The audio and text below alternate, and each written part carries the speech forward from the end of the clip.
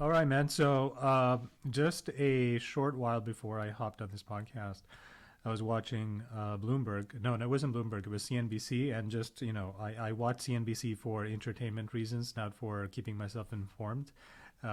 It's just as funny as, some of the comedy channels that I watch. So it's in the background. I never take it seriously. So full disclosure there. But I was watching it. And as you know, the World Economic Forum is going on in Davos. And, there's a whole parade of people coming in telling us what's going to happen in the next year.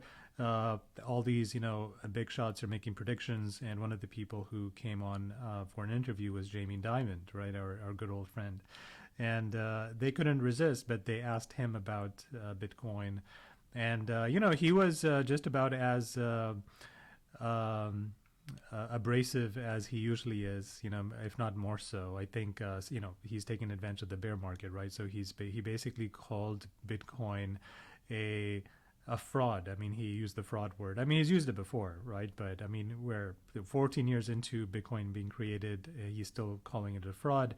And one of the strange and interesting things about MSNBC now, or CNBC, which one is it? Which is the business channel? It's CNBC, I think, right? There's the business channel. I think that's right. You got me off guard. This is MSNBC to my knowledge, CNBC. Yeah. So it's a business channel. Anyway, so he called it a fraud. And the interesting thing is that 2 years ago this would not have happened, but these days it's happening pretty consistently, where the hosts, almost all of them, actually know more about Bitcoin than someone like Jamie Dimon, because Jamie Dimon said that they pushed back when he said fraud. They're like, well, actually, Bitcoin has some value. It has this property of being a store of value. They can move value forward in time in a secure way. And so they were pushing back a little bit. And he also said something like the CNBC host said, well, then it's only 21 million. And Jamie Dimon, in response to that, said, well, how do you know that Satoshi's not just going to come up at the end of those 21 million and just create another 21 million, right? And I was listening to that, and this was a serious response.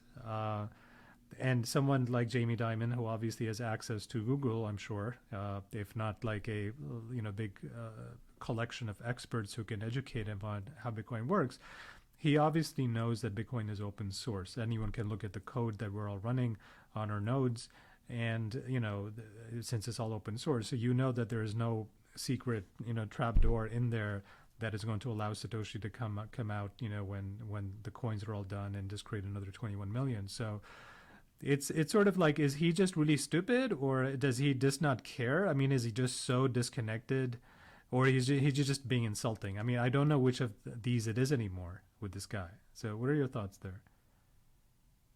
I think with the baskets of the Charlie Mungers, the Warren Buffetts, him, the Peter Schiffs, they're just, willfully blind. And as you know this, we all have agendas, man. We all have biases. Obviously, if you put money into energy, with the Peter Schiffs of the world, if you're a gold bug and then this new thing comes along, and obviously gold has its own camp, Bitcoin has its own camp, but they're both trying to be, sound money, for lack of a better word, air quotes, sound money. And then this new thing comes along and it's starting to eat. You can make an argument that Bitcoin is eating, gold's lunch money. Yeah, you're going to be Peter Schiff and you're going to be ignorant about it. And, he's made statements like with Jamie Dimon. He's like, well, what if when they make and this just goes to the education thing, like when the 21 millionth Bitcoin gets mined, is Satoshi going to come around and, well, there's estimates the final block isn't even going to be done for the 21 million till like 2132. So every living person, right, for the most part, unless this Neuralink stuff kicks off, we're all going to be gone. But then it's too, and what you just said, and I've had people ask me this, which is why I always bring this up, but the whole Bitcoin maxis just screaming, flinging shit at people on Twitter. We got to stop doing this, because just that what we assume is the ABC is just basic people don't know. Because I've had friends ask me like, oh, what if Satoshi comes around and changes the code or starts a new thing? And I'm like, hypothetically, if we get Isaac and Rob, and you included, all four of us, we could start our own Bitcoin fork today. Mm-hmm. And my friend's like, what do you mean? And I said, that's the thing. It's not just the code, it's the network effect around it. It's like, for example, right, it's like, if I have a kayak in the middle of the desert, it's not really useful. I go to the Atlantic Ocean, it's pretty useful, just because, where you're at, the whole network effect. But and same thing too, like, they're biased, they're ignorant for obvious reasons. And then, like, one thing I would circle back to, like, when people bring up, oh, Warren Buffett doesn't like Bitcoin, he's missed some of the biggest tech IPOs in the last 20 years. And same thing with Jamie Dimon, man. He's basically just one of these snakes in the grass. I forget when it was. When is it? You might have to correct me here. 2010, 2012. JP Morgan had like that $5-10 billion fine because they basically did all this, for lack of a better word, arbitrage with silver. And at the same time, Jamie Dimon was telling everyone, oh, silver is the dumbest thing you can buy. Meanwhile, he's building all this leverage against it because same thing, he's biased. So it's, he's just one of those guys like where it doesn't amaze me that he's rich, but when I do hear, like, I didn't see that one, but from what you're describing, and I could see Jamie Dimon saying something like that, I'm just like, how is this guy, like, the CEO of one of the top 10, firms in New York City, and he's worth, let's call it, maybe $25 billion, because but like you said, he's not stupid, but it's like, if you're that willfully ignorant, are you stupid, but, it doesn't surprise me, New York fat cat saying on Bitcoin, like, what's new? Yeah, I mean, it's hard for me to really understand like what his intentions are, right? Because saying something like, "Well, Satoshi can just come out, on the screen and come up with another 21 million."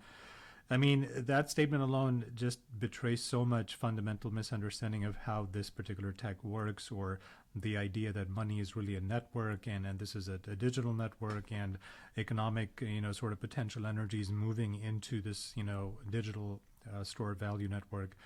I mean, these concepts are not impossible to understand. I mean, for the layman person, they're all very new and novel concepts. But if you're a banker, you more than anybody else know exactly what money is and how it works. I mean, by definition, right? You're a banker. That's all you do is you create sort of financial assets, and you manipulate money in various ways, right? Turn this kind of money into some other kind of money, right? And try to hold on to stores of value. So it's hard for me to think that he's being stupid. So, because he's not stupid. I mean, let's be fair. You may not like Jamie Dimon, but I personally think he must be a very intelligent person, right? You don't accidentally become the CEO of JP Morgan, that's not.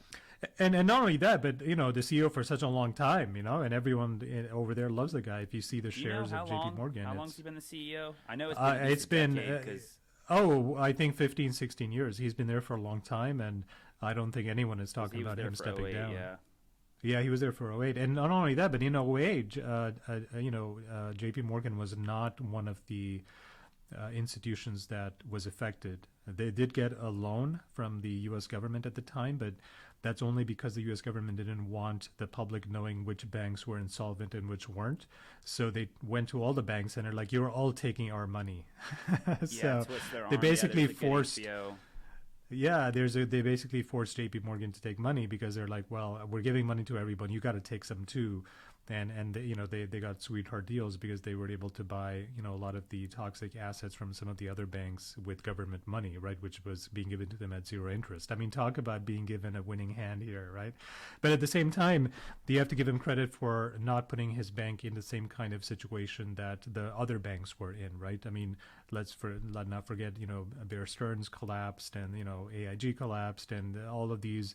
And this is all in a very incestuous sort of banking community, right, where everybody knows each other. But he didn't fall into the same trap that the other banks did. So, let's give him credit where credit is due. I think he's an intelligent person. And, is this the question of, he's just like Charlie Munger and Warren Buffett were also two incredibly intelligent, men. And, I give them full props for all of their amazing accomplishments, right? Their Bitcoin posture does not detract from any of that at all, in my view. And I think people who are somewhat disrespectful towards them kind of lose sight of the fact that at the end of the day, they are wildly successful in the endeavor that they decided to take on when they were, young men. And they did that with unwavering accuracy for decades. I mean, with discipline and patience. So you have to give them all of those, kudos and props.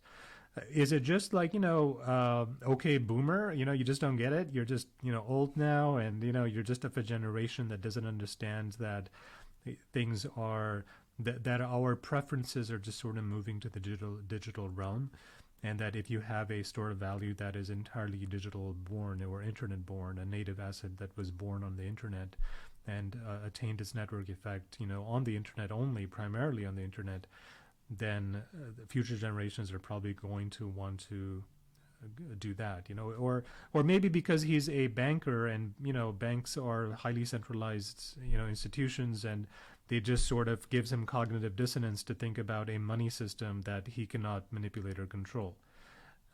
That might be more to the point, but I just wish he was at least intellectually honest about it, right? At least if you're going to knock Bitcoin, I mean, at least come up with good arguments. It's not like there aren't good arguments against Bitcoin, right? It's that, like my biggest definitely. one, I'll tell you mine, is not enough people talk about Bitcoin mining centralization, right? There's now a handful of large mining corporations that if they all pull together, there's like two or three mining corporations that control a majority of the hash rate.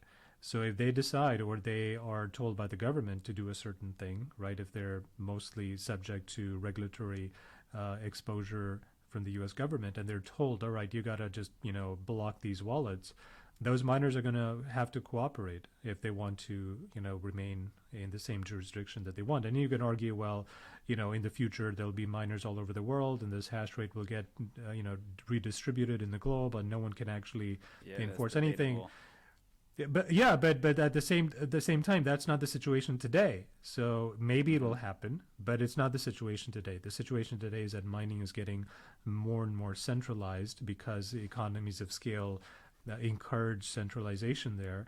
And if this trend continues, you're going to have just two or three miners owning the majority of the hash rate. And then what happens, right? Then it becomes a permissioned blockchain all of a sudden. And as much as I love Bitcoin, as much as I believe in the technology and I'm hopeful for its future, I think it also is it's important to speak responsibly about the legitimate limitations. Decentralization it's a process. It's not as if you get to decentralization and then the door is closed. It will never see centralize again. It's a fluid thing. Bitcoin is more or less decentralized on any given day, right? And there are things about it that sometimes trend towards centralization, and there's things about it that trend towards decentralization, and that's not a fixed point in its structure. So that's a legitimate. That would be a very valid, complaint. I mean, if he said that, that would actually spark debate and criticism, and it would would get the Bitcoiners actually thinking about this, right? Because it's a legitimate complaint. There's nothing you can say that you could easily look this up, right? There's just a few Bitcoin miners now that control most of them, the hash rate. That's a problem. So if you're going to come at Bitcoin, at least come up with valid points. Not this whole Satoshi's going to come and create another 21 million. I mean, that's just such a low effort. I mean, the guy's in fucking Davos, being interviewed by CNBC. He's not just having beer in a bar, and just chit chatting, right? It's an interview. So, why come up with that kind of a response? I mean, it doesn't make any sense to me. It's very intellectually dishonest. Yeah, I remember especially the first year or two I was into Bitcoin. I told you I had that distant Uncle Tom. He's kind of like a wannabe finance bro, but for someone that's 50, he did it right. He has his 401k. He has some stuff going on his Roth, a little bit of the Russell 2000, the standard four-way split, blah blah blah. But my first year or two in, we'd be talking about it. Same thing. He'd bring up the Jamie Dimons, Warren Buffett's of the world, and I go, hey Tom, what's Warren Buffett's number 3 2 rules? Don't lose money, don't lose money. And then what's his third rule? Stay in your realm of competency. So when people would bring these guys up, it's like for example, Michael Phelps, he is the best swimmer ever to exist. That's not debatable. But you want to go up to him and ask him how to clean and jerk 200 kilograms. Michael Phelps is one of the best athletes ever, but powerlifting or Olympic lifting, that is not his area of expertise. It's really close because he's an athlete, because same thing too. Even though Bitcoin is a technology, it's also in the finance realm. So even though the Jamie Dimons and the Warren Buffetts of the world, they're really educated, just that little 10% click off, that basically, I want to say it throws them out of their element, but same thing with and they're also 70, 80. It's gun to head, could Warren Buffett, could you give him an iPhone and could he make a Twitter account? If I had to bet money, I would say no. Not that he's an idiot, but it's when I'm 70, even my brother, man, he's only 16, but when I was back home, he was showing me some of this TikTok and everything, and it was just going over my head. I'm just man, I'm so glad I'm just partially enough removed from that. But same thing, like, that's only a 10-year gap. When I'm 60, there's gonna be some TikTok, version 48 or some bullshit, and my grandkids are gonna be, and I'm just gonna be like, man, back in my day, like, but that's just how it is, So it's, but I mean, yeah, it's same thing, like you said, they're in Belize or whatever, and it's just, you got the 1% smelling their own farts, and same thing, he just wants to look cute in front of his buddies for a couple seconds, so he just makes, like you said, some half effort, half ass comment, but yeah, it's nothing new. But one thing you did say, I guess, which is a good segue, like I told you, even though you've been in New York, the last couple meetups, we've been holding it down pretty good. And if memory serves correct, it was 2 weeks ago. I was going down a pretty good rabbit hole with Rob. And I don't know about you, but one thing I really respect about Rob is, besides just his constant bearishness, which, like, but same thing, it's like an intellectually honest, like, bearishness. It's not just like, oh, right, everything's fucked, like, But correct me if I'm wrong. Wasn't Rob like bullish like just 2 months ago? Like, wasn't he? I remember you were telling me this. He came to the meetup and he's like, oh my god, we're going to $1 million. It was more of a macro thing, but it was more on the Russian-Ukraine front because it was a really small meetup, but he came there, and we're just, like, chatting about everything. And I believe Isaac was there, too, and same thing, like, peak inflation. And I told him my main thing, I just can't even 10%, part of me, convince myself that we're peak inflation is the Russia-Ukraine deal. And this was like maybe right before Christmas, and then Rob just like confidently was like, "Oh yeah, it's gonna be like done in 30 days," and I'm just like laughing. He's like, "Oh no," because like like same thing. He's definitely more of a bearish guy, but it's never just to say fuck it. Like he'll give you data and like he's a very like linear guy, like he's a coder. But yeah, he was like dead serious, and I'm not saying that he's wrong. It's still going on, but it was just really weird, man, because like he seemed sober and everything, and I was just like, "Whoa, who is this? Like this is not Rob," But I guess like on that segue, we had a really good rabbit hole just from a technicality standpoint, where he thought Bitcoin was dead and why he's no longer invested in it just from a technological standpoint. And one of the things he did bring up, which I did agree with him, is that a lot of the plebs blind themselves to is that decentralization and centralization is a spectrum. It's not an on and off switch. And then with every currency, there's levels of decentralization. Like with Bitcoin, it's really decentralized. Let's call it from a leadership standpoint, because no one knows who Satoshi is. And even though there's the Gavin Andresens of the world, like same thing. If you and I hypothetically could try to do a patch or a BIP up to Bitcoin, like obviously that isn't realistic from a technical standpoint. But like we could talk to the Bitcoin devs and we could offer up proposals, which is really decentralized in that manner. But like what you just said, and one thing that Rob went down the rabbit hole is, could technology fix this? We're going to find out in the next 5 to 10 years. But I read a statistic off Cointelegram a while ago that between the 10 major Bitcoin mining facilities in North America, I believe they mine 1 out of 3 blocks that hits North America. So that's super centralized. And some people are like, oh, big deal. Well, what you said, you just send some lawyers and some suits, or end of the day, some guns and tanks. Like they're going to really quickly do whatever these idiots in DC says. How realistic that is, I would say at the moment it's less than 10 or 5%. But even then, that's enough to where it's something you got to keep an eye on, because Rome burns slowly, but eventually it burns. So it's like 10 years from now, we're like, oh shit, all of our miners got confiscated. It's like, well, yeah, you just you thought it was impossible until someday, So that was one thing Rob and I were kind of actually going down the rabbit hole about, was the whole just the technical spin on Bitcoin, like what's centralized, like what's decentralized enough, what's not centralized. But one of the things he did bring up, which concerned him a lot too, was the mining aspect. Oh yeah, that's awesome. Yeah, it's good that me and Rob converged on that concern. That's been my number one thing. I've been talking about it for about 8 or 9 months, I think, when I tried to sort of figure out like how centralized are these mining pools, because mining pools can also split the work of mining, right? So if you have 3 big mining pools, right, they're like, all right, we're going to start hashing, and you take the the hashes from this number, and you take the hashes from this sort of range. So as when Bitcoin is being mined, you have to like arrive at a certain specific hash. And the way you do that is you spin up like you sort of spin up random numbers, called nonces, and there has to be a specific number of zeros in the resultant hash, right? So you have to basically find the hash, finding a needle in a huge haystack, right? So that's the work of Bitcoin mining. But several mining corporations can bandy together and say, listen, we're just going to split up these numbers, right? So you take one from 1 to 100 trillion, and we'll do the next 100 trillion, and you do the third 100 trillion, and whoever finds it in these bucket of numbers, the hash, we're going to split the Bitcoin, 3 ways, right? Because we're all cooperating now, right? And so you could easily, you don't even have to connect them with wires, right? You can basically just, legal contract and connect them together if they just say we're all working together now. And even if they're not malicious, they could be, they probably will not be malicious, right? Because why would they try to destroy their own network? So game theory argues that they would not be malicious and they wouldn't actually actively try to destroy it. But the point is not that. The point is that if you have the hash rate concentrated in a collection of, small people or groups or corporations, then the government can just issue a subpoena and say, listen, these wallets, we don't like these wallets. These wallets are communist. These are Chinese wallets. These are Iranian wallets.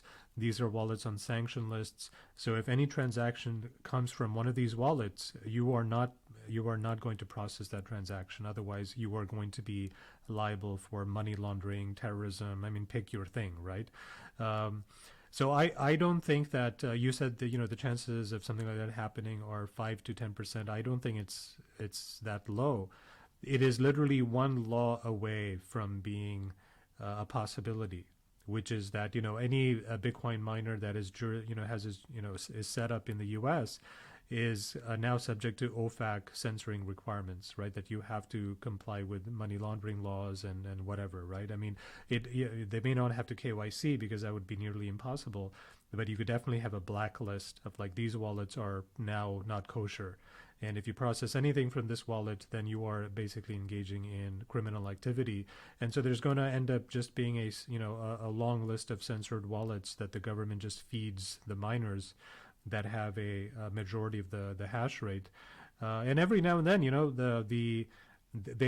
a block will be mined with a banned, wallet from other parts of the mining network, and so they will probably still get through, but you now have, a precedent set, right? So if 60% of the hash rate can be captured by the government through regulation, well, wherever the 40% of the miners are, they don't have to be in North America, but they could still be in a country where there are laws, and the U.S. government can call the attorney general of that country and like, listen, we started this blacklisting of Bitcoin wallets.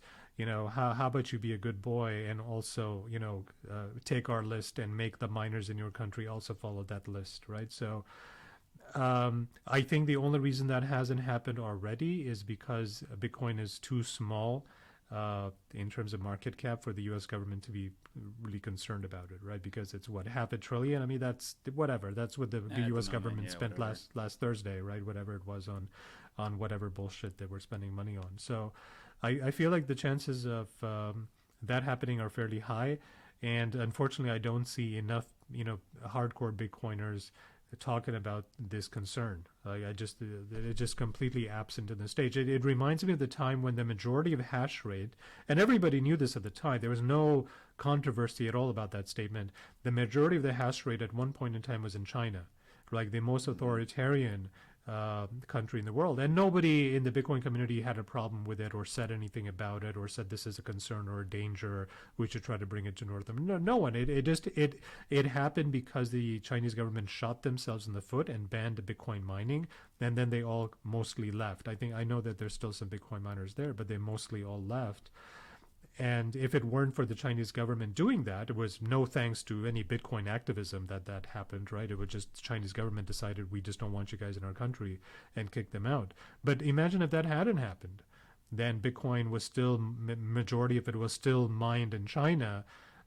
Would the Bitcoiners of today like agitate to get mining out of China? They weren't doing it 3 years ago. I have no idea why they would do it now. So this is a little bit of this intellectual dishonesty that I was accusing Jamie Dimon of recently, but it cuts both ways. I think Bitcoiners, and I'm a Bitcoiner too, but as a Bitcoiner, I mean, I love the tech and I believe in the project. And I think there's a lot of hope in the world for what it can promise, but you also have to be honest about the problems when you see them, because otherwise, else are these problems going to ever be solved. You at least have to define the problem, right? Yeah, one thing I know we talked about this a couple times, but just like our 5 minute, Bitcoin TED talk to people. One thing I have found myself doing over like the last year, especially, Bitcoin. I'm like you. I do get very frustrated with the blind. For people that say not your keys, not your coins, don't trust, verify. There's a lot of things that they just trust on, and they're just sweeping under the rug, which I do get frustrated with you. But this is I believe Charlie Shrem coined this, but this is the world's largest economic experiment, and that's what it is. It's an economic experiment. We're going to find out, is money most valuable when the average person that utilizes it gets to make the rules and the boundaries for how that economy is going to function, and we're going to find out, in the next 10 to 20 years of this works.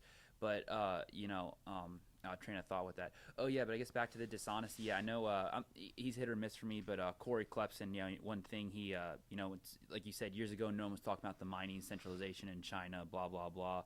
Well, then it moved out of China, and a lot of it came to North America, especially Texas, and people were cheering, and he's like, "You idiots! This is still just as bad." Like obviously the U.S. government is not China putting Uyghurs on trains, concentration camps, blah blah. Welding people in their doors for COVID. But America has some pretty ugly warts too. And our last two presidents were Trump and Biden. So it's like we the dog's driving the car right now. So it's, God forbid we could get someone even more just batshit crazy, and they're just looking for votes or looking to thump the in their first administration, thump the hammer down. So like you said, they go for Bitcoin mining. But I like one thing I did tell like Rob on the thread of, I'm surprised you thought it was more than 10%, but I mean, anything's possible. Like at one point in time, COVID wasn't a thing, so it's like I do agree with you. It could be more realistically 30%. But one thing I did tell Rob is, you just said it. We piss away $500 billion every day just on black budgets and Ukraine and this, that, and the third. But I did tell Rob, it's like not that all publicity is good publicity. It's like if you get accused of beating someone or selling drugs and stuff, that could be bad. But it's like if the U.S. government does start coming for miners or Bitcoin, I told him, not that that's like a checkbox thing, but that is kind of one of the things for hyper Bitcoinization, where it's like until the U.S. government starts taking us serious, I think we're still 5-10 years away from like mass adoption. But to your point, it's like when they do start coming for us, obviously that could be a very negative situation. But I did tell Rob, it's like that's.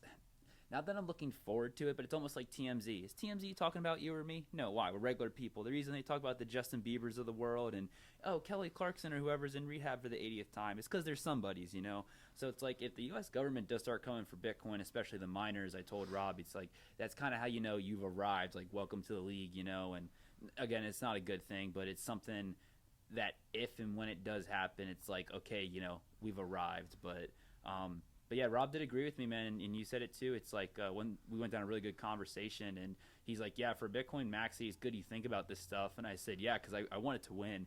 It's just like, look at the best athletes in the world. Why are they the best? They don't work on what they're good at. They're like, what do I suck at? And let me work on that for 8 hours a day. And that's the thing. It's like, okay, the decentralization, the no one knows Satoshi, you can get a Trezor and get a cold wallet going in 30 minutes, all that's working. What's the stuff that's not working right now? And one of the things we did go down the rabbit hole was the centralization of the miners in North America, whether it be China. And then one thing I want your take on this, we went down a rabbit hole.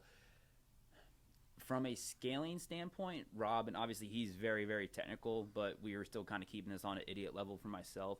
He thought that the scaling on Bitcoin is basically a man walking to the edge of the cliff, that even with a million layers with this, that, and the third, there's no way it can possibly scale to be a cash. I told him I don't view Bitcoin as cash. I view it as, a reserve currency, gold 2.0, a hedge, blah, blah, blah, which he kind of agreed with, but he was just making the argument from a cash standpoint. What is your take on that in maybe not 10, but 20 years, just Bitcoin will completely bottleneck and there's no amount of scaling in the world with the code that will allow it to actually become, decentralized worldwide cash?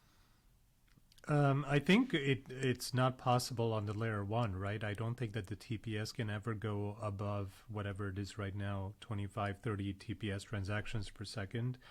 I think that's fine, though. That's not an issue. I'm surprised that he feels that you can scale this thing.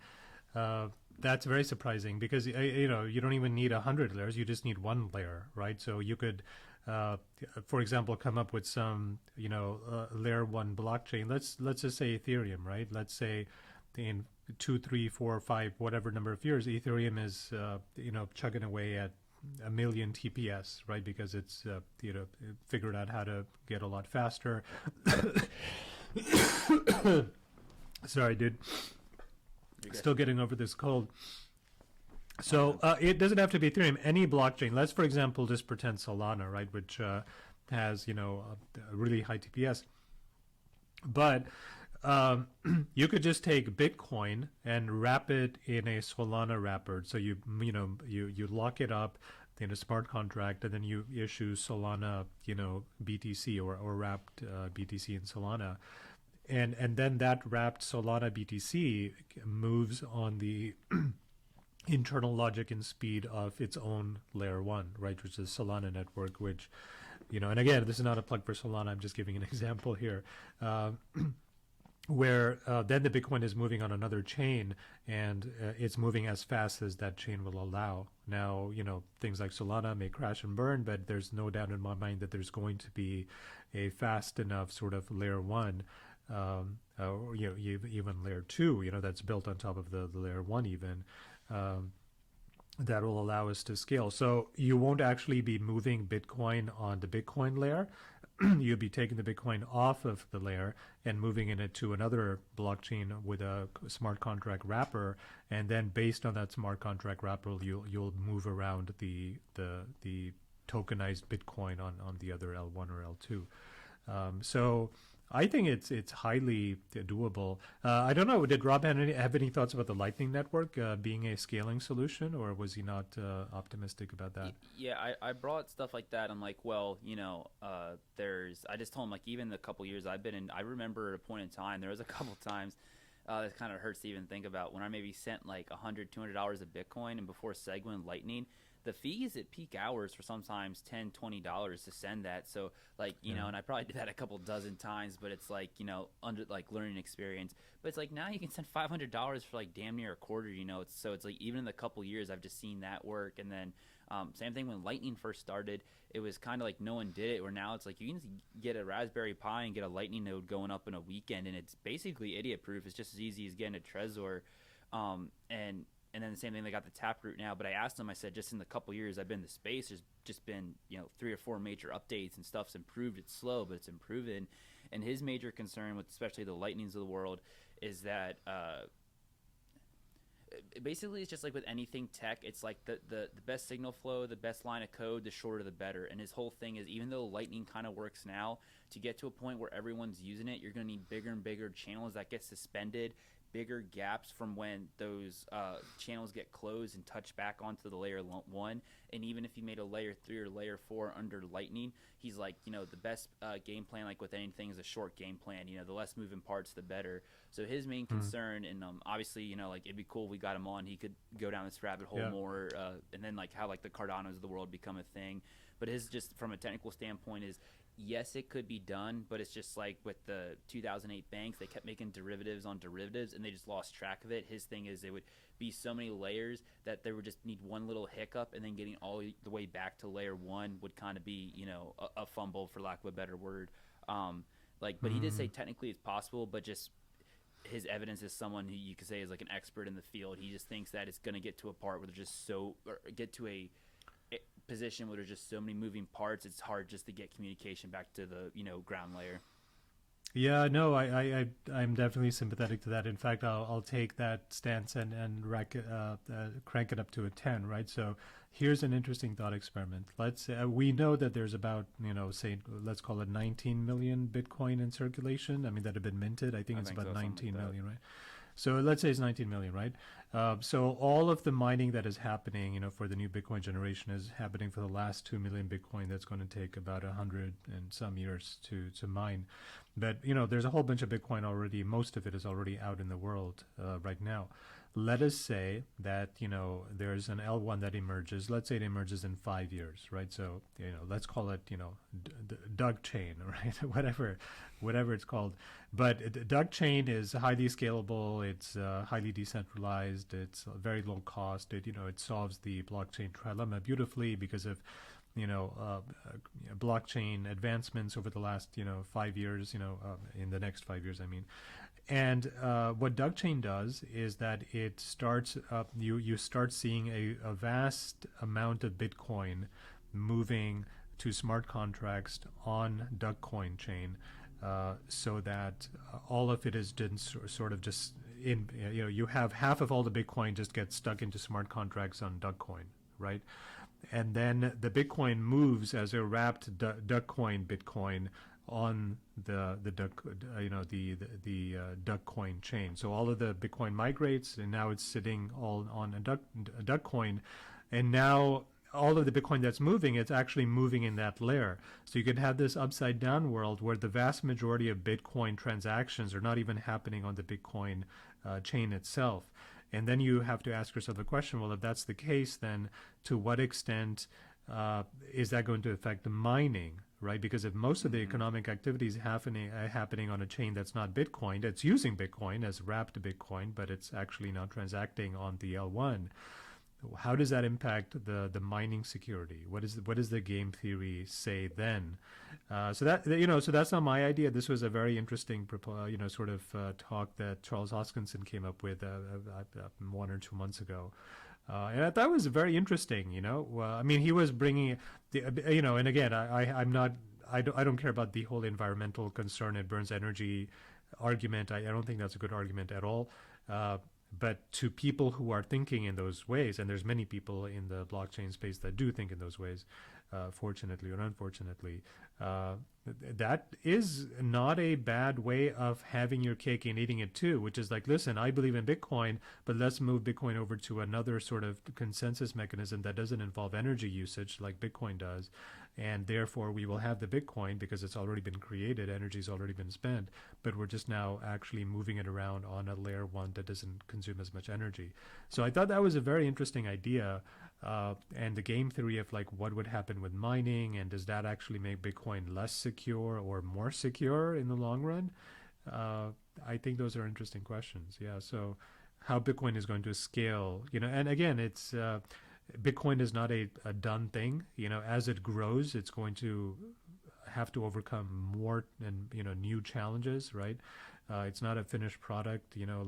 Every time it gets bigger, it comes face to face with challenges in terms of how the project works when now you have a bigger network, right? You have a bigger network, you have a whole bunch of parties now that want to approach and use the network differently, and that's going to start affecting the network itself. And so this whole thing gets really complicated really fast, if you go down that rabbit hole of what would happen if you try to scale using another layer one. So yeah, I wish I didn't miss that conversation. It sounds like it was a banger. Oh yeah, we went down the rabbit hole for 30 minutes, and I believe, like I said, it was like 2 weeks ago, and that Monday morning I was off, but I had some personal stuff I had to handle, so I wanted to be up early and skin that cat. But no, Rob and I went down and one thing I like about Rob is just like he's a very ones and zeros guy. Like he served in the military, so he's he's been around the world, he's seen some shit, and he just, I don't know, he's just like one of those guys. Like we have a really good group, like I said, but like he's one of the guys where it's like I could I don't know if he's a big sports guy, but I feel like I could talk to him about sports, crypto, just because I don't know, like his whole thing is just I mean, I know you've seen him do it too. Like I've seen him in the same night, he'll make a point for something and then purposely 30 minutes later make a counter argument, which I like, because that's the thing too. It's like if you can't dismantle your own argument, I don't even think you actually believe in your own argument. But yeah, we went way down the rabbit hole, and unfortunately I had to leave. But the one thing he did say is like, he's just pessimistic because usually it's better, and I'm kind of in this boat, and I say like I'm a cup half empty type of person. I just like appreciate what's in the cup. But he's like me. It's almost like one of the, I forget who said it, but one of the best investment advice is when you buy something, don't ask how much money can I make, ask how much money can I lose from this, And so Rob, I think, approaches a lot of stuff like that. It's okay, not how much shit can go right with Bitcoin, but like how quickly can this whole house of cards come undone, which to some people it might seem like an asshole thing, but it's like I think part of the reason 2008 and 2020 happened is because instead of looking at like, hey, all this money printing, how much inflation and crazy wealth inequality is going to cause, they're like, screw it, just put a band-aid on the boat, send it out, we'll worry about that later, and what we're 3 years in from later, and it's like actually we probably should have taken a timeout, paused everything, had some adults in the room. I know I just like asked for Narnia, in a teacup, but it's like, we didn't look at, we looked at only the short-term upside and not the long-term negative, and look how that's working. But yeah, Rob and I went way down the rabbit hole, and then I guess on that thread too, this past week I had a really good talk with Jacob. What is I want to say he's on the bandwagon for it recently, but we've just been talking about it. What's your takes, if you have any, on Monero? Because I'll be honest, I was going to ask you that. Yeah. Okay, I was going to ask you exactly that question. On Monero, but yeah, I want your take on it, because Jake. So let me ask you this question in a different way, because this is the question I was going to ask you, and it involves Monero, right? So one of the things that I'm trying to think about is what is the next market cycle going to be about, right? I think it's fair to say that the last one, the word DeFi was born in the last cycle. The words NFTs, or the term NFT came about in the last cycle. The word yield came up in the last cycle as well, which is a dirty word now. But those were sort of the themes. Governance tokens, I think, was another thing, right? But if you think about it, the privacy coins didn't really capture the imagination in the same way as all these other things did, right? No one was talking about your Monero the way they were talking about NFTs.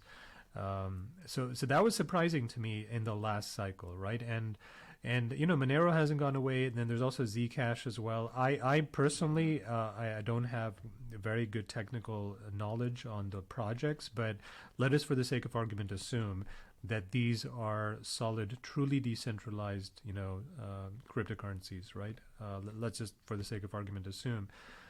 Do you have a sense, like, if in the next market there's going to be less or more demand for or interest in stablecoins, given how the last cycle was also heavily marred by the whole COVID thing and lockdowns, and so much like distrust in the government emerged as well in the last cycle. So yeah, a lot of things went up in price, but one of the other things that I think really shifted in the public consciousness was many people, especially cryptocurrency people, their perception of how competent or incompetent governments around the world are. We're not just talking about with respect to COVID. Everyone's also blaming governments now for inflation, and how could there's a war in Ukraine that maybe could have been avoided if people had done things differently. So there's a tremendous amount of distrust in institutions and governments around the world, to an extent that hadn't really been, I think, the case in the last cycle. So now here we are in a new cycle. You throw in to the sentiment the idea that there is now privacy coins available for us to invest in. Do you feel like am I just talking on my ass here? Do you think that the market will gravitate towards these at all in some giant way, the same way that we saw with, say, NFTs and the rest of the stuff, or is that just not a thing you believe? I don't know, it's a tough one, because I think with the privacy there's an actual, like, I think you'll agree with this, one big problem, I'm going to try not to butcher this, in crypto there's a lot of solutions, or a lot of projects or solutions out looking for a problem, instead of, oh, hey, there's XYZ problem, let me make a company or a chain to fix that. For example, privacy with the Moneros of the world. I think a lot of, like you said, this past cycle was the NFT, DeFi, yield farming. Oh, here's 20% APY, because that's totally, realistic with something that's, guaranteed save. So a lot of it was, Ponzi, for lack of a better word, where I feel like the Moneros of the world, here's the thing for me right now. I can't think of anything I would actually need Monero for. Not that, like, I'm a good old, Bible thumping Catholic boy, but it's like I can't think of anything I would use it for right now. Obviously, I could see in maybe 30 years where it's like the government's done some stuff, and I need to basically, we're almost in a 1984, I need to get stuff secretively. And I was telling Jacob this, but I don't want to live in that world, because if we start to get to that Mad Max line, fuck your Bitcoin and Monero. It's going to be how much canned food and ammo do you have, So it's Not that the privacy part of it wouldn't be valuable in the next bull market, but I think you would agree with this, and I've seen this the last two bull markets. It's usually the stuff that has the least utility in the real world application. It does, the Shiba Inus, it does the 100x. Shiba. Why? Because it's if it's I forget the old saying, but it's kind of actually it's like the more value something has, it's actually almost harder to like prop it up. Like for example, the gold market's not going to double tomorrow. Why? Because it's $10 trillion. It's really hard. Where it's like there's no air, there's no fluff and sheep, so no shit, it's going to do 100x. But I mean, I don't know, man. It could, because it's like what's the next bull market? Let's call it late 2024, 2025. That's still a ways away, man. And so much, like you said, there's been, just for lack of a better word, just governmental abuse in the last 3 years, where it was, I don't care if you're on the left or on your right, there was just a lot of people who weren't happy with a lot of things that happened. With that said, it's like if Monero and Zcash, let's just say for the actual utility, people were looking for them to privacy, that would be concerning to me, because that means we're starting to go like Mad Max 1984, and I don't want to go down that road where, like, in 10 or 20 years, could I see maybe for some reason, the government's stupid and they ban XYZ thing, and I want to get it. It could be something, but in the next, what do we want to call it, 3 years, 4 years, with the upcoming bull market, could the privacy coins pop off? Possibly, but like I said, it's just, I feel like every bull market, the shit that pops off is just the hot air, shit coins, for lack of a better word. But who knows, man? Like I said, if you told me Doge would have market capped, lapsed, that was kind of weird, Cardano twice in the last bull market, I would have laughed you out of the room, but it did it. So I mean, anything's possible. Well, so the Doges of the world and the Shiba Inus of the world and all these NFTs that cost $1 million to buy, I think that was probably just money printing and just way too much liquidity, looking for a place to land, and so everything just got inflated, including Bitcoin, but I'm not looking at it from the perspective of if those same dynamics were at play in the next cycle, if there's going to be just an avalanche of free money, just like there was the last time in the next cycle, and I'm not sure that's going to be the case. I don't know if we're moving to a zero interest environment anytime soon. I think it may be a few years before we are at zero again. I think maybe that whole era is behind us, and people are like, why do we keep interest rates at 0% for 7 years? Obviously it resulted in a lot of damage, where you have all these zombie companies that are staying afloat because money is free. So I'm not looking at it from the perspective of well, the next time there's going to be an avalanche of free money, where is it going to go? Is some of it going to go to Monero? I'm looking at it more from like just a fundamentals perspective of like, is this is in the era of massive distrust in governments, not just in the U.S. governments. I mean, how many Russians do you think are happy with their government right now? Right, not very many, I'm sure. Right, and with China doing zero COVID after doing zero COVID for 2 years, and now doing a complete U-turn, and now they have like thousands of people dying of COVID a day, and completely unprepared. Right. How many Chinese do you feel are very happy with their government, right? So you have large, and then again, you put North America in that bucket as well. Lots of people unhappy here as well. So the thesis, and again, I'm not making any predictions. Nobody knows what's going to happen, and that I'm top of that list who has no idea what's going to happen market-wise, right? But I'm just looking at it from the perspective of, is it going to turn into almost like a protest investment? It's like, fuck the government. This thing exists. It gives me anonymity. There's enough of a market cap here where I can, conserve some amount of my money in a way that's completely anonymous. It doesn't have to be all my money, right? But maybe I want 10% of my money hidden from prying eyes, because I just don't trust any government in the world, including and especially my own. So is that sentiment, the way I'm thinking about it, is that sentiment going to percolate into real capital allocation in these privacy coins? I feel like you can make the case for, there's appetite there, that it may. And it may not be a situation where like you're using Monero to buy, like an illegal item. You just may be wanting to sequester some part of your wealth away from from prying eyes, right? Because if you're in the traditional finance space, the government has eyes on everything you own. And if you have Bitcoin, well, all anyone ever needs is your Bitcoin wallet address, and they know every move you make for the rest of time, right? The minute you do something, a bot will tell you this money is moved from your wallet to this other wallet, right? So you have zero privacy on Bitcoin and a lot of the other chains. And maybe the time has come for financial value to be in existence in networks that nobody has access to, in terms of surveillance. Is the world ready for, or hungry for, willing to engage with a network like that? That's sort of the question that I was rolling around in my head. I don't know the answer to that question. But if we did see like a huge movement behind the privacy coins, then I wouldn't be terribly surprised. It is a bit difficult to develop on, because the Monero developers, I believe, I may be wrong about this, but I do believe they're anonymous for good reasons, right? I mean, the Tornado Cash guy was arrested in Amsterdam a few weeks ago. They still haven't let him out of jail. And we still don't know, I believe, we still don't know what the charges were that he was arrested on. And, and he basically built an open source platform, right? So he basically just wrote software and put it out in the world, and they arrested him for it.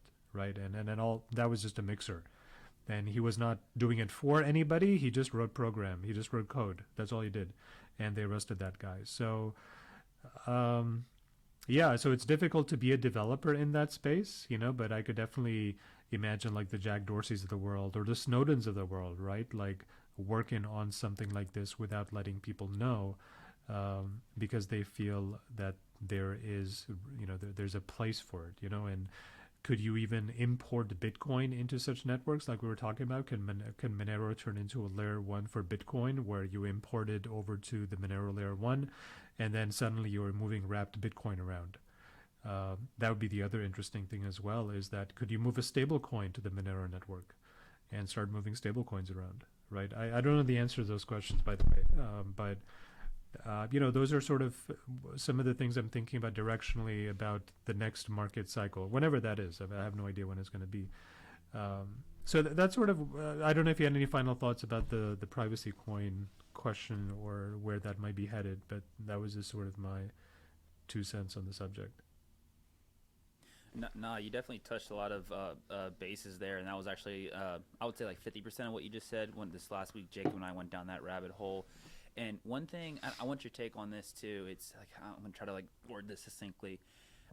I noticed when I got into space 2017, there was like very rigid camps, just the plebs, the Bitcoin maxis. There was the Ethereum camp. There was the Ethereum killers, the Tezos, Trons, like in the 2017 EOS, like dead chains now, right?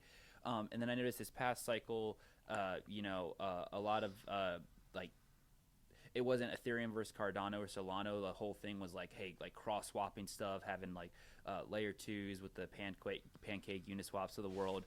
And then I noticed over this cycle too that even the pleb people, they started to not befriend Monero, but be like, you can still be a Bitcoin maxi and have 10% of Monero. But you know what I'm saying? Like, you can't be a Bitcoin maxi with 10% Ethereum. But if you have 10% Monero, you're still good to go. So the reason I bring that up is I told that to Jacob, where I think I said this before, when the plebs a couple years ago, but even now, would bring up the privacy thing for Bitcoin. Like, I know this is kind of like a straw man thing to some degree, but that wasn't an issue in 2008, and that wasn't an issue in 2020. There was a handful of people who just decided to completely distort the money supply. No one had any stake or vote in that, but we still have to live with the consequences of that. So I guess if Monero gets adoption, do you think, like, how am I trying to word this here? Do you think, like, at least if Monero got adoption, that would be more evidence that Bitcoin, the whole privacy debate, was never really a problem? I don't know if that makes sense. Because, like, when people always complain about the Bitcoin privacy and they can track your address and blah, blah, blah, that's not really a problem for me. Because the way I describe it is, if you go to a zoo and there's a big-ass 500-pound gorilla, but there's that acrylic glass, I don't care if the gorilla can see me. Fluke thing, he breaks through the glass. But if I'm on the other side, that gorilla's never getting to me. And that's how I view it with, like, I don't care if you can see all my Bitcoin on chain. Good luck getting it from me.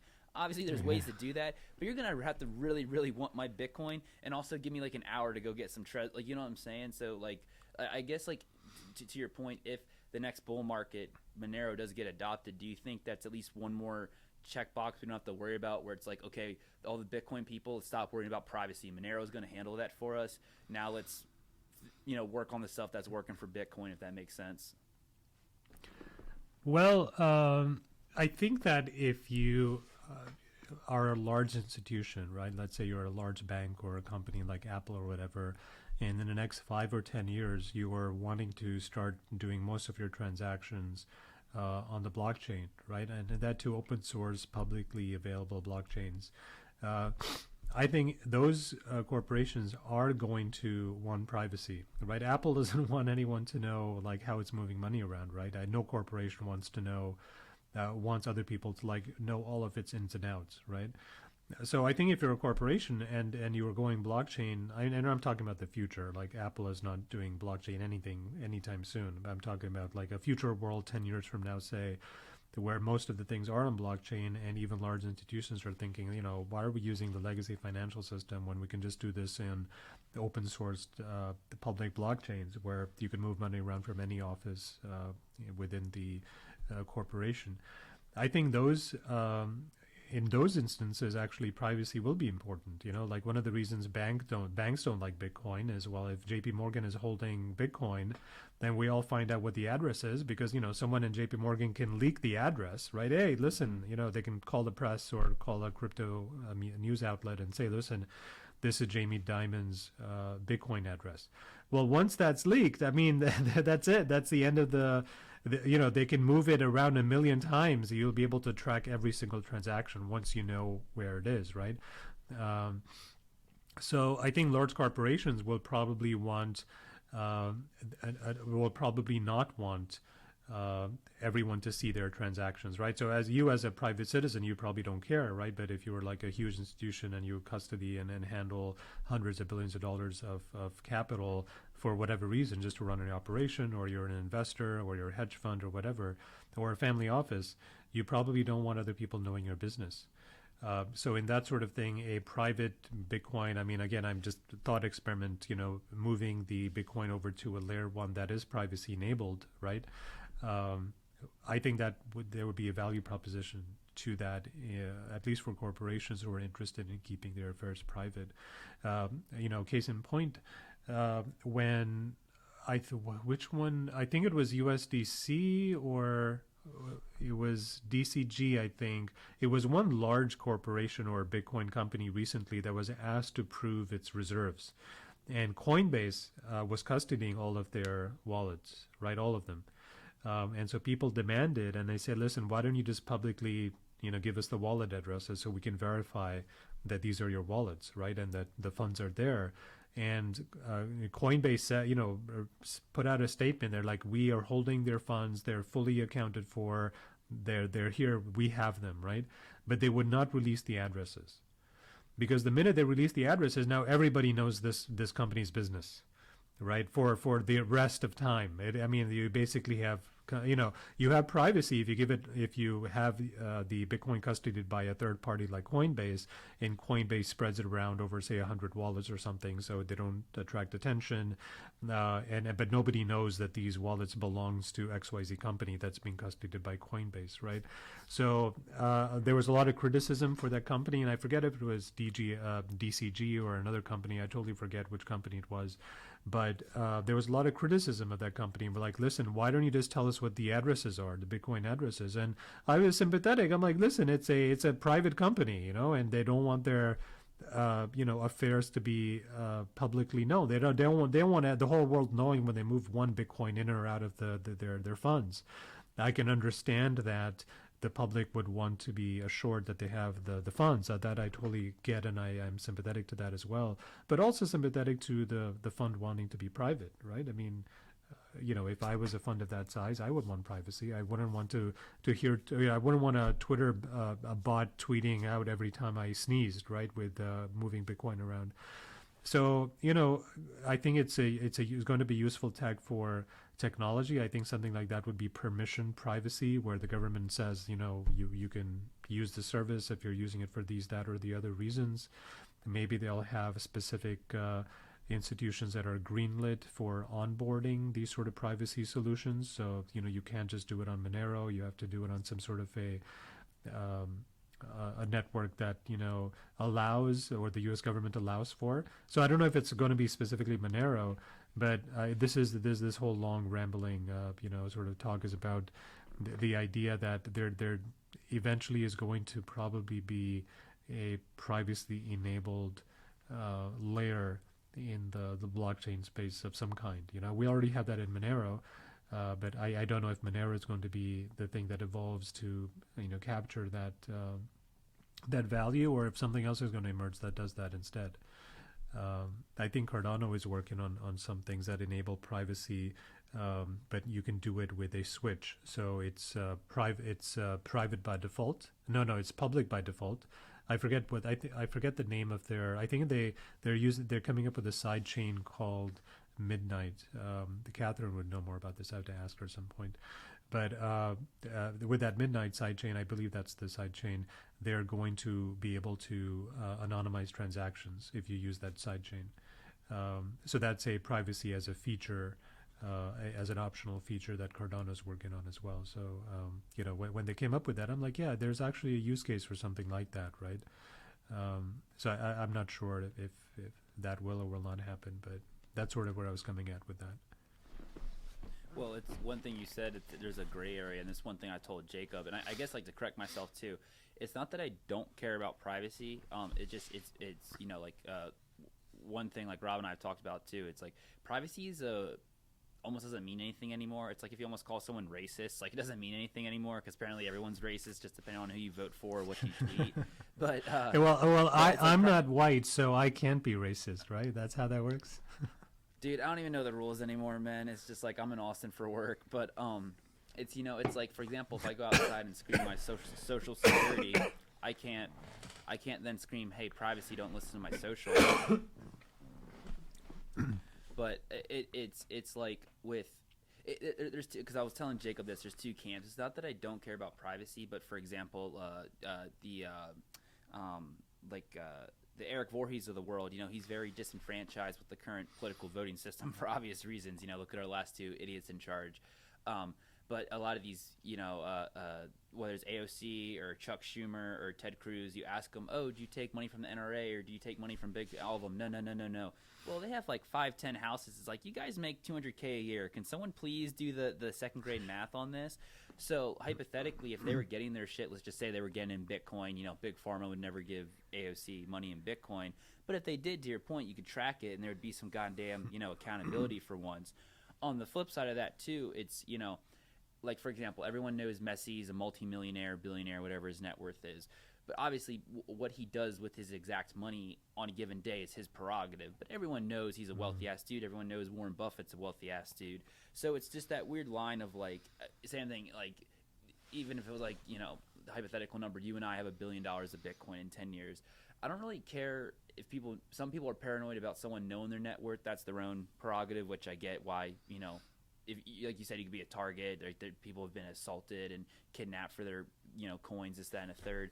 But it goes back to the thing. It's like, as long as you physically can't get your hands on me, you can't get my coins from me. So I was telling Jacob that I think it's like with everything in crypto, it's just like decentralization. There is this gray blob of privacy. And to your point, one thing with Charles, it's like with the DIDs, even though having a digital identity would be cool, it's just like with everything else. It's like you got to make sure you have an off switch, because there might be times I don't want people having access to that. And again, the market's going to sort itself out, but that was same thing like 2 weeks ago. I had a really good convo with Rob in this past week. Amy was there for part of it, but then she had a balance. But Jacob and I went down a pretty good rabbit hole about like crypto economics, and he's kind of on a Monero kick right now. So I just wanted like your take on that. I guess like one more thing too, man. I was kind of just getting back in the swing of things with Austin. My one buddy who was up in Missouri, seeing from family at the gym, I ran into him, and same thing. Just like, I'm unfortunately like the Bitcoin guy to everybody, so we're just like chatting for 5 minutes, and squat racking between sets. And he's like, "Oh, hey man, how's the market stuff going?" I give him like, my little 3-minute TED talk, and then I'm like, "Yeah, the prices. This is what's today? Sorry, this is Thursday. This was like Monday or whatever, Tuesday." And he goes, "Oh, cool, it's up at 22K." I'm like, "Yeah, I'm kind of paranoid by it." He's like, "Why?" So I quickly got out the graph, and I'm like, "This isn't rocket science, but or like factual." But you see how we went sideways for a while, then we went up and then came back down. He's like, yeah, I'm like, that's what they usually call whale bait. So the whales will push up the price. People are like, oh, yeah, we're going hyper Bitcoinization. And then they drop it on them. So, again, history doesn't repeat, but it rhymes. We're up at, let's just call it 21K as of today, man. And then we're having a little bit of a downturn, man. Do you, again, like, I hope I'm wrong, but I'm still confident by May we're going to at least kiss 10K once or twice. Do you see by end of the month we break back down to 16K, 15K? Because I'm getting a little paranoid by the short-lived upward price action we've had over the last 2 weeks. You're getting uncomfortable with all this positive price action. God forbid. I don't like it, man. I liked it when we were going sideways at 15K. Everyone said Bitcoin was dead. I was loving it. I was like, yes, this is the bottom. We're safe. So, I've been listening to a lot of YouTubers in the last few days. So a guy from Coin Bureau and Ben Cohen and they're also doing this sort of like three-way once a week sort of show. There's 3 of them. There's another guy from Digital Asset News as well. And I know that both Guy and Ben Cohen and combined the 2 of them have like over I think they're over 2 million viewers. The obviously there's a ton of overlap, but they have a big voice and big megaphone in this space. I think they're probably the 2 people that they listen to the most. And I know that both of those guys are heavy in cash. They still don't believe that the market is, that this bull stage that we've seen for the last couple of weeks is anything real. And, and I've listened to both of those guys for quite a while. And last year, they both made some very bad calls, right? I mean, I think everyone was caught off guard with the downwards with the start of the bear market in November of 21, which nobody anticipated at all. And the lesson I learned is nobody has any fucking idea what's going on. Yep. That's the lesson I learned. I think I talked about this in the previous podcast, which was last year, the last day of the year. I think Mark Andreessen tweeted out saying, nobody has any idea what the hell is going to happen with stocks or Bitcoin or anything at all. Like we're all equally clueless. And then you see these fat cats being dragged out on Davos or MSNBC, giving all these confident predictions of, the inflation rate is this, and then the CPI is that, and if you look at the supply chain from China, they spin up all of these stories, like of what they think is going to happen, because that's just how media works. When the media comes in, they want like a definitive declarative stance, right? Because if you just come in, they need a soundbite. Yeah, you need a soundbite. If you just come in and like, well, it could go up, it could go down, it could go sideways. Yeah, they're not bringing you back on. Yeah, that's the last time you're coming on to MSNBC. But that's the truth, right? No, that's what actually. Funny, yeah.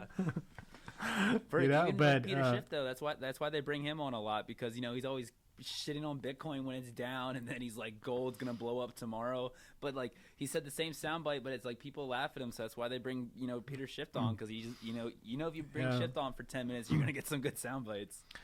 And and I knock MSNBC, but the exact same dynamic plays out on Twitter. Like if you're on Twitter and you say, well, I have no idea what's going to happen, no one's going to follow you or like care about what you say. You're admitting that you're as clueless as the next guy. Well, that's not going to get you any engagement. Yeah. And so the kind of people who get engagement on Twitter are the ones who are like very like confident about, well, the market is going up. This is the Fibonacci sequence tells me that the breakout is imminent. Or some other guy says, well, the RSI is definitely overbought, so we're definitely going down now. Or some other horse shit, right? So at the end of the day, one of the lessons that I feel I have really taken to heart, and I have really soothed myself over, is that nobody knows anything at all. Like these guys are all clowns. Yeah, they're all making predictions about what the hell is going to happen. Nobody knows. And it's not because there's some smart genius out there who has access to better models and ideas. All this information is out in public, right? And there's all these people that make all sorts of predictions based on these models and this data, and one model says the market is going up and the other market says it's going down. It's all horseshit. Yep. There's so many moving parts to the world right now, and the world is so interconnected in so many complicated ways. Like, I mean, I'll give you a great example. Everyone said only a few months ago, like it wasn't even like not even the summer, like it was fall. They were saying that Europe in the wintertime is going to go through an incredibly major energy crisis where the price of gas over there is going to be, Yeah, it's going to cost, I was on that boat too. Yeah, I was thinking that too. Yeah. It's going to cost you your firstborn kid if you want to make a cup of coffee, like to heat up water. You're going to have to like cut off your leg or whatever. There was so much, panic narrative about how bad the crisis was going to be over there. And that's turned out not to be the case at all. Now, some people say, well, it's because they had an unseasonably warm winter. I mean, who knows? I have no idea. And then that's the counter narrative. Well, the reason our models were wrong was because this unexpected thing happened. Well, guess what? Like whatever model they come up with today, there's going to be some unexpected thing that they will say prove the model wrong. So at the end of the day, like, why even try to make predictions, right? So my approach is like, invest in things that you believe in have fundamental value, and don't try to time the market, right? I mean, the only time that I've ever lost money in investing in cryptocurrencies when I tried to be really cute and time the market because I'm just so much smarter than everyone else, right? Yeah. And every single time I get smacked in the ass. So like, nope, you're not. You're like just barely below average when it comes to this stuff, right? So just invest in fundamentals and just hold. This is where you can take a page from Warren Buffett, which is the best duration to hold a stock is forever, right? And so if you believe in a stock on a fundamental basis, just buy it and don't care about if it's going to go up or down. If you believe that the fundamental thesis is still correct, then you should not be watching the price action day to day. And I think that's definitely a lesson that I've taken to heart. And now when I listen to a guy who says Bitcoin is going to 10,000, another guy says it's going up to 40,000 in 2 weeks or whatever it is, I'm like, dude, my man, nobody knows, right? So that's great. But that's just the narrative of the day. And, the other thing I want to point out to you is like, look at how fast the narrative also changed. Like the last day. That's why I brought this whole thing up. Like in 2 weeks, we have basically like turned where it was like going into the new year. Bitcoin is dead. This whole thing was a Ponzi scheme. Like right. You spent your Nana's, retirement like a fool, and now it's just like 40K tomorrow, and that's literally why I brought it up. Yeah. Because Twitter's alive again. Like I went on the other day for the first time in a couple of days, and there was like threads like of like how we're going to 40K, and I was just like, I can't I haven't seen a Bitcoin thread in 2 months, man. Everyone jumped ship, and that's like legit why I brought it up. It's crazy. Like in 2 weeks, we just turned ship. Yeah, I've just learned to tune all of that out now. I'm like, when someone says things are going up, then I'm like, whatever. And when this is why I appreciate this podcast a lot more, is that I don't think we fall into that trap at all. I mean, most podcasts are talking about pricing and like, you need to buy this, altcoin, and, this is, the next NFT project that's going to go 100x, and I'm also really happy we never do this stuff in our actual in-group meetups either, right? We almost never talk about like, invest in this to make a 10x or whatever. Like that's never the topic of conversation. I think the truth of the matter is, as Nassim Taleb says, nobody knows, like we're all just, spinning up narratives, and the narratives are all fundamentally flawed, and they're never accurate enough to be actionable, right? So my approach is just, invest in things that you feel like fundamental value, whether that is Bitcoin or whatever it is, gold or, Apple stocks or anything else, or Cathie Wood's, ETFs, whatever it is, right? Those are going to be the best way to like approach investing is, understand what you're investing in. And if you truly believe it, if you really think that it's, transformational and it's a good investment, just invest in that and stop watching the price so carefully. In some ways, it's actually easier to do in a bear market, right? Because the price is down. What was it yesterday? It was down. What is it today? It's down again. All right, it's time to just go for a walk and do something else with my life, right? It's much harder. Honestly, I struggled a lot more in 2021 with crypto than I did in 2019, right? 2019 was a long bear market, right? I think Bitcoin went to 2019 from 3,000 to 10,000. So, I mean, it did do quite a bit. It 3x'd, right? But it was not the parabolic, everything is going up 100x of 2021. And I was like much more anxiety ridden in 2021 because now you're faced with the question of like, what am I doing with, my holdings, right? Do I sell, because we're obviously in a bubble here. And then it becomes a very excruciating decision, right? Whereas in the bear market, it's an easy decision, just keep holding. The fundamental value is still there. I mean, you have to check whatever project you're investing in. If it's Bitcoin, I think it's fair to say that it's not going anywhere anytime in the near time frame, medium to near time frame. It's not going anywhere. So that probably remains a good investment, and just hold it and don't pay too much attention to the price. But it is interesting how there's so much noise being made about where Bitcoin is headed next, right? I think most people are in the camp of like it's either going to rocket out from here or we're going to crash down again. And like you said, you're in the $10,000 Bitcoin camp, but I don't disagree with you. It could go there. I simply I have no idea, and I've listened to enough people long enough to know that nobody actually knows what's going to happen. Usually whatever the consensus is, that's not what's going to happen. That's the only that's one short thing. Not like, again, not saying I'm right, because I kiss their ass too much, but Lynn Alden, I know you're the same, that the more I watch her stuff, the more, and this is just like anything in life, especially investing, you don't ask what's going to happen, you ask what's the probability of something happening, and then you obviously correlate your portfolio to that. So if you think the government's going to be saving a lot of money and trying to bring down inflation like we are now, like historically bonds were a good thing to do, like, you get what I'm saying? Or if you think gold, or the same thing, if you think we're about to go into a bull market, you get into the Bitcoins of the world. But the reason I am on that $10,000 is not that I think it's going to happen, but I would say over 50% of my conviction, I just can't see macroly. Like, I kind of had a soft bet with Isaac and Amy because he came to the meetup this weekend, and every time I see him now, he smiles. He's like, peak inflation. I'm like, you know it, buddy.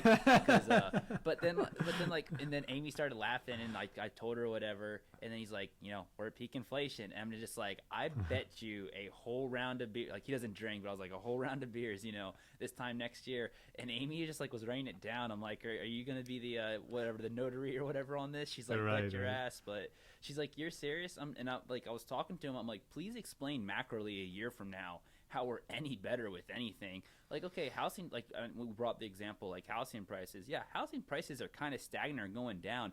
But if you do the math on the interest rate, you're paying more money on that. So your inflation for the average idiot, average American, is still up, Like, I just moved. I can very much tell you rent in Austin is up. I just went to HEB the other day. $80 barely got me 6 bags of shit, And I eat pretty clean food, which is part of it. But it's like, I remember when I moved to Austin, I would get like 7-8 bags for $30-$40, Yeah. But that's the thing. It's like, I'm not confident. Like, I don't know we're going to 10K, but I just can't see anything macroly. And and like, same thing too. Like, wow, I'm pulling a blank right now, like, because there's just been so many. But just every time there's like another Easter egg in crypto, man, it's like we easily drop 10 or 20%.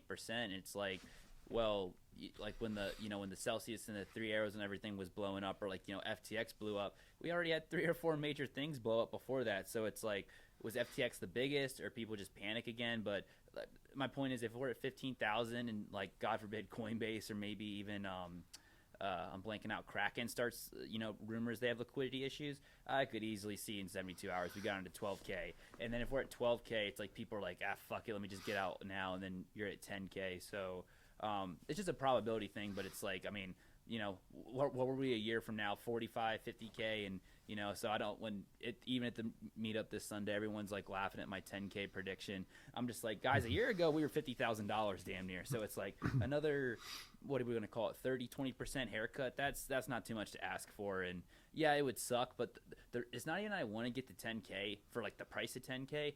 Like we were saying, I want to get rid of all the white noise, and then I'm like, okay, we are confidently in a bear market, and then whatever projects around, whatever people are in this space, that is going to be the not to be corny, but the base layer that gets us to the next bull market. So it's not even for me the 10K. It's just I want to officially get rid of all the white noise. But it's but to your point, like, I would not die on that hill if, what do we want to call it, end of January, end of March, going into April. If we were at 25, 30K, I'd be like, okay, maybe it looks like we're somehow, God forbid, ticking up. But I still got over like a 50, 60% conviction that 10K by end of March, but we'll see. Yeah, I mean, it could also be that we just grind from this level 25 to whatever 18K, right? This band of value for 2 years. I mean, that's also possible. Some days we're down to 18K, other days we're at 23K, and that's a pretty wide range. Maybe we'll just follow that channel for a year or two. I mean, I have no idea. Or we could break out next week.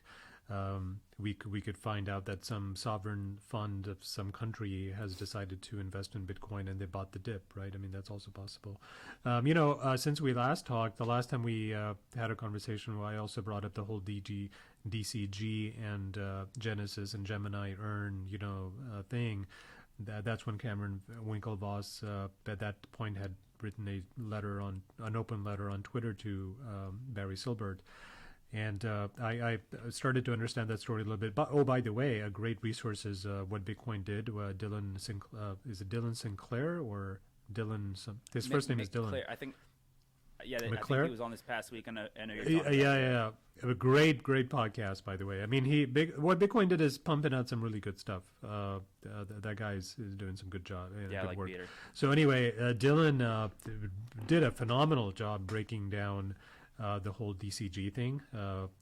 Did a great job. I finally understood it properly, like for the first time. But in terms of like potential contagion risk, because I didn't understand it well enough in the last podcast to really know if this was a big problem or not, right? But I don't think it's a contagion risk. So DCG with its Bitcoin Grayscale Trust has about 400,000 Bitcoin under custody. And so you could argue, well, if they go bankrupt or something happens, all of that Bitcoin is going into the market. But I don't think that's the case at all.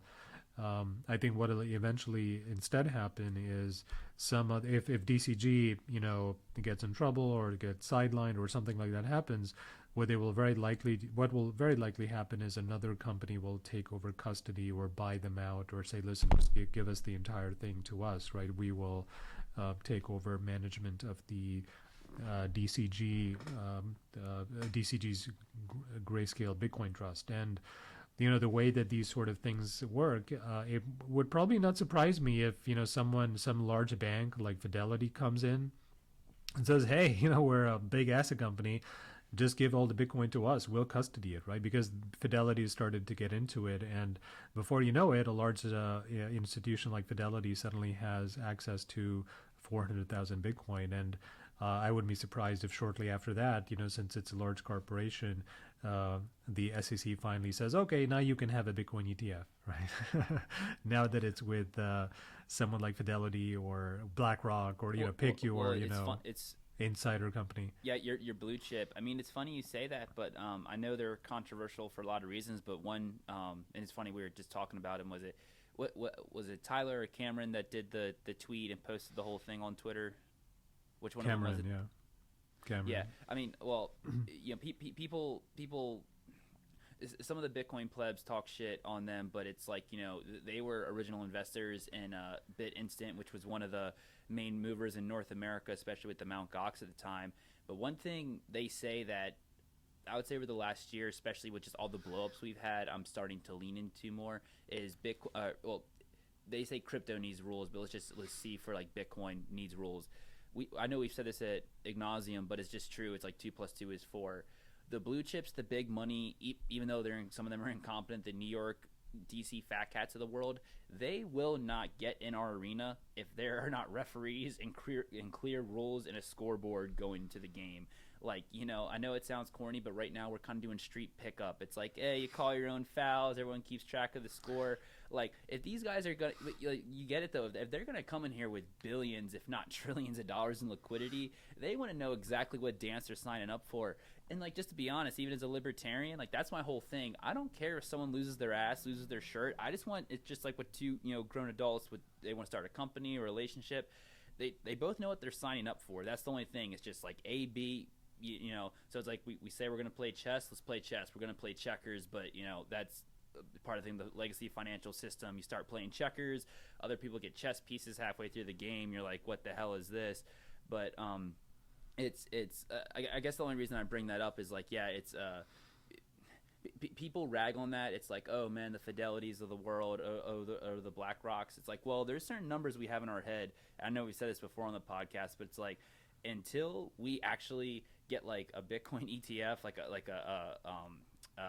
a physical one, you know, not like a derivatives or anything like that. Until we get a physical one, and then the SEC makes like clear boundaries, all the suits and all this billions and trillions of dollars we're talking about, it's still another 10, 20 years from entering this space. So it's like, even though someone may not like me with my whole not your keys, not your coins, not like the Fidelity thing, to your point, if they start getting traction with the custody, the SEC might be right. All right, here's your, you know, your solid, you know, Bitcoin ETF, have fun, you know, and that could get us, you know, going into the next bull market. So Yeah, I think maybe the catalyst, you know, if you're thinking about what's going to turn around, you were talking about, well, everything in macro sucks right now, so why the hell would, you know, crypto go up? And that's a perfectly legitimate narrative. If there's going to be a catalyst of any kind at all, it would be only if we have some sort of legislation that is passed that gives kind of regulatory clarity about what is a commodity, what's a security. And I do think that that issue is going to get forced in 2023.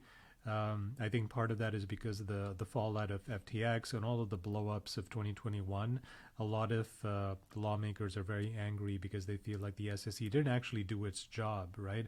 I mean, think about the clown show that we were subjected to just the other day, where the Department of Justice does a press conference, and, you know, like, and then some other guy comes and, you know, also adds his, you know, own weight. I think it was like three different, like, it was the Attorney General, and it was the Department of Justice, and it was this big spectacle of an announcement that they did the other day, cryptocurrency related announcement. And what was it? It was some Bitlazo, some stupid exchange I'd never heard of in my life before. like 700, and they were talking million. about Yeah. they talked about like they landed a whale. I'm like, I've never fucking heard of this exchange. It's some obscure Russian exchange apparently. I mean, I didn't even bother looking it up, right?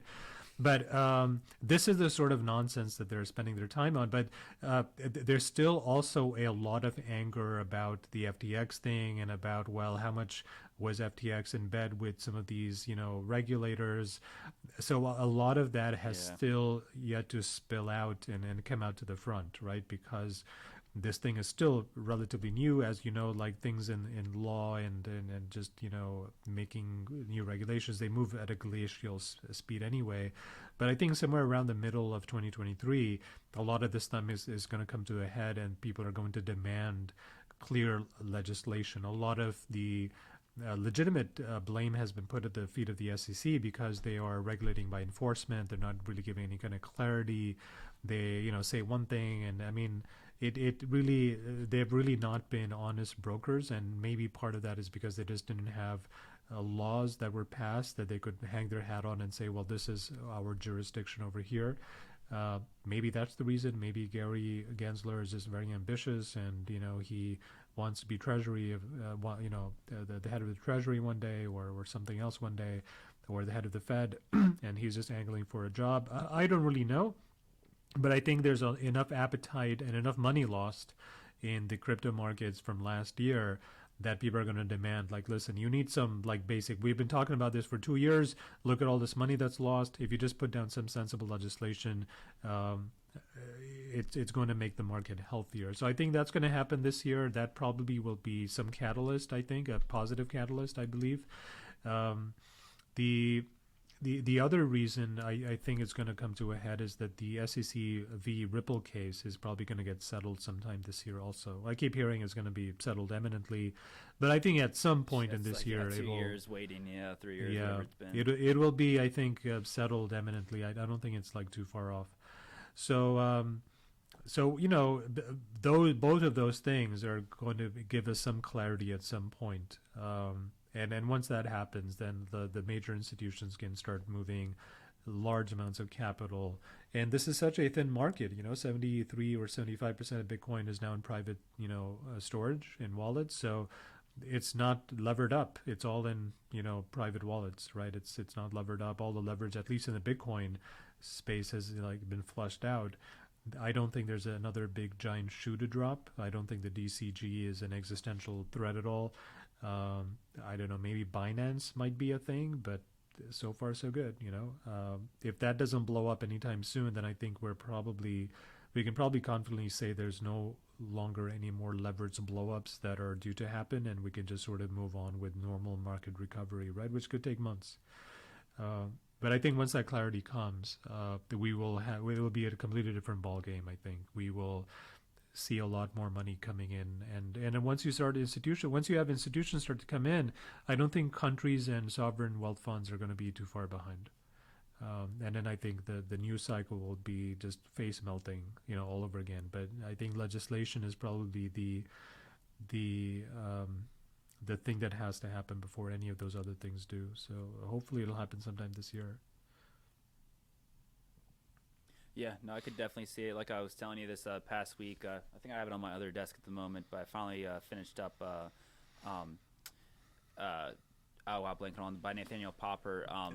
Bitcoin Gold or something, or Yeah, Bitcoin Gold and sorry, man, I'm blanking out right now. It's embarrassing. Decentralized gold or whatever. But basically, it was about the beginning days of Bitcoin up until about basically like 2014, 15, and then I told you, I don't know. They kind of call it the yellow Lamborghini effect. I know, like if you read a book, like for the next week or two, whatever the book was about, you kind of just see it everywhere. But they just say because like it's fresh in your mind, you're kind of just making correlations and drawing conclusions on stuff.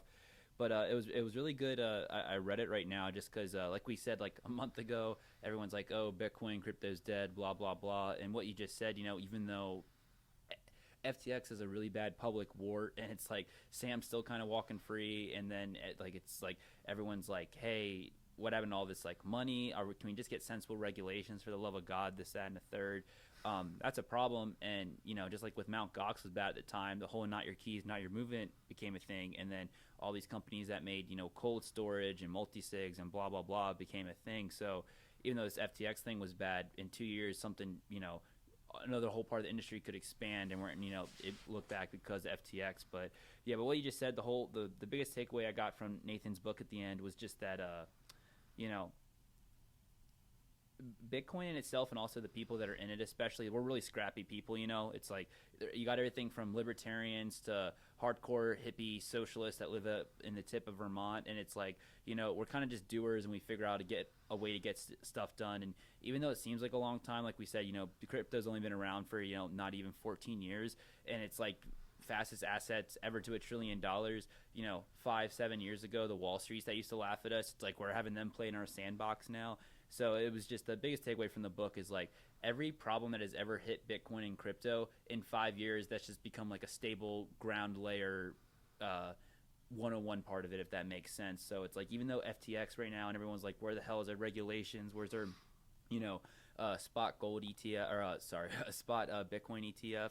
It's like in 5 years from now, I think we'll have it. And even though FTX sucks, that'll be part of it. So yeah, that's the one thing that keeps me hopeful. Like you said, even though shit's crazy right now, we just need one little catalyst. And Rome wasn't built in a day. I think we still have 12 more months of just sideways action and or slightly down. But it's like 12 months goes by pretty quick. And if we just wrap up this FTX tomfoolery, and like you said, whether it's Fidelity or a ETF thing, we could slowly start chirping our way up to 30, 40. Grinding up. All right, man. On that optimistic note, I think we should end the pod. Great conversation as always. And let's do this again next week.